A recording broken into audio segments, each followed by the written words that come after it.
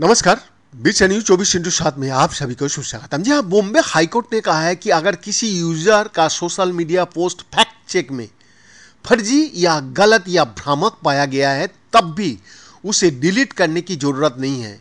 केंद्र सरकार के कामकाज से जुड़े सोशल मीडिया पर फर्जी, गलत और भ्रामक जानकारी खत्म करने के लिए फैक्ट चेक यूनिट यानी कि FCU नियमों को सही ठहराने से जुड़ी केंद्र की हलफनामा पर हाईकोर्ट सुनवाई कर रहा था। सुनवाई के दौरान खंडपीठ ने सॉलिसिटर जनरल तुषार मेहता से अपने रुख पर सरकारी अधिकारियों से परामर्श करने को कहा गया है।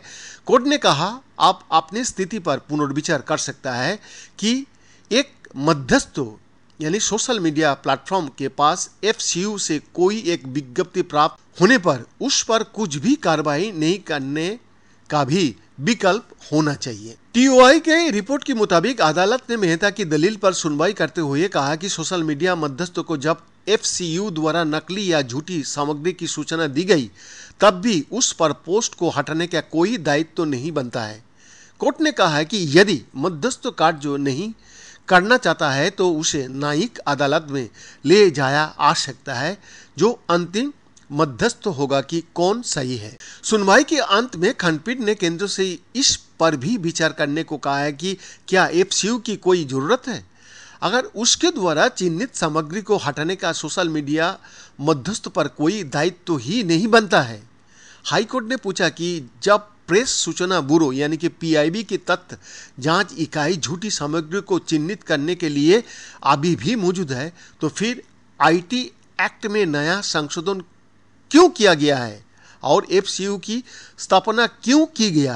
कोर्ट ने पूछा, क्या ये किसी को मजबूर करने के लिए तो नहीं लाया गया है। इस पर केंद्र सरकार का प्रतिनिधित्व कर रहे सॉलिसिटर जनरल तुषार मेहता ने कहा कि PIB दंतहीन है और वो इस बिंदु पर बुधवार को बहस करेगी। जस्टिस गौतम पटल और जस्टिस नीला गोखले की खंडपीठ स्टैंड अप कॉमेडियन कुणाल कमरा, editors guild of India, association of Indian magazines और टीवी नेटवर्क द्वारा दायर याचिकाओं पर सुनवाई कर रही थी, जिसमें केंद्र की उस नियम की संवैधानिकता को चुनौती दी गई थी जिसके जरिए FCU की स्थापना की गई है और उसे कार्यकारी शक्तियां दी गई है।